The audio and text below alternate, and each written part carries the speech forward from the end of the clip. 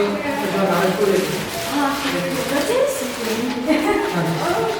因为这个书信我中呀，反正一直老师就特别辛苦啊，就觉得挺感谢老师的。正能量之类的。老师平时工作那么忙，还要这个兼顾这些工作，特别。大家好，我叫龚瑜，也是咱们庆阳宁县的人。我呢是在2020年就和彩虹在一个很好的机缘之下，就促成了这样一段奇妙的经历吧。他们陪伴我一起度过了3年的时光，陪伴我就在这3年里面，就经历了各种各样的体验，有开心的事，也有特别难过的事情。我呢，于是在高考结束之后，就加入了他们彩虹这个大家庭。现在我是在职期间，然后兼他们的志愿者。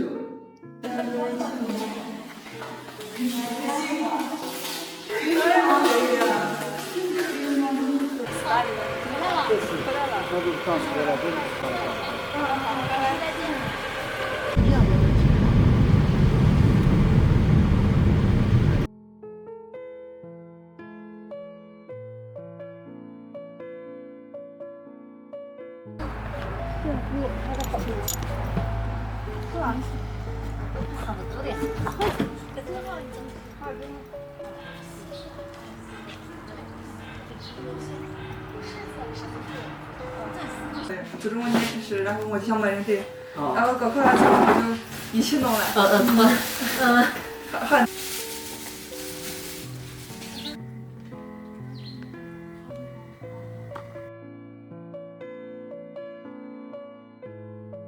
对你来说，生命中最重要的东西是啥呀？我感觉是陪伴吧。我感觉应该有2种吧。一种算是妈妈的陪伴，另外一种呢，应该算是彩虹对我3年以来的陪伴。咱们就先说我妈妈对我的陪伴吧。我记得我是19年初试，就在上海初试嘛。当时初试之后，妈妈就开始辞职，然后开始照顾我那一年的生活起居之类的。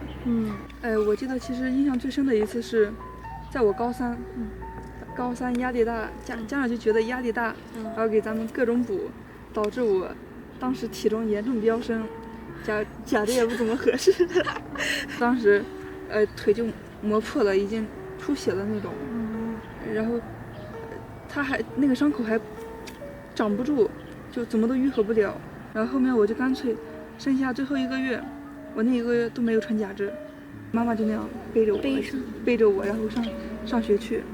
而且我教室在3楼，这就意味着我就是每天妈妈要背我去一次，中午接一次，2点多再送我去一次，然后晚上再接一次啊。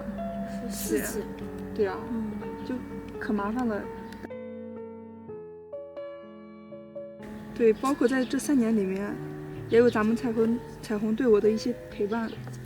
我记得是在2020年的一天晚上，我下晚自习刚出教室，就看到了妈妈，当然还有另外2位不认识的姐姐。我印象特别深刻。刚出教室门口看到妈妈了，我特别开心。但是看到另外2个姐姐，我又愣了一下，就不认识嘛。然后他们还就那样，就一直看着我。然后看到我就，当时挺内向、挺自卑的，就心里有点发怵。然后就那样，然后后来他们就开始和我打招呼，介绍自己说他们是彩虹的姐姐们。子琳姐姐就手里拿一束花，就背在后面。然后突然一下把花拿到我前面，说送给你，龚瑜。然后就特别开心，第一次收到花，可开心了。包括在后面也陆陆续续的参加了咱们彩虹的一些活动呢。然后他们就这样陪我一起走过了3年。然后我就和他们就开始参加那个书信活动嘛，是给我匹配了一个大笔友，他就和我就经常分享一些自己身边发生的一些事情。就当时可迷茫，但是有这样一位姐姐来陪伴指点一下，就感觉可好了，就给自己可以一点指示嘛。然后就这样我们书信了3年，彩虹公益就这样来回有时候也会给我们来送一些信，就亲自来送。然后再做一些活动嘛。我当时说真的，其实内心还是有一点恐惧的，恐惧这种场面。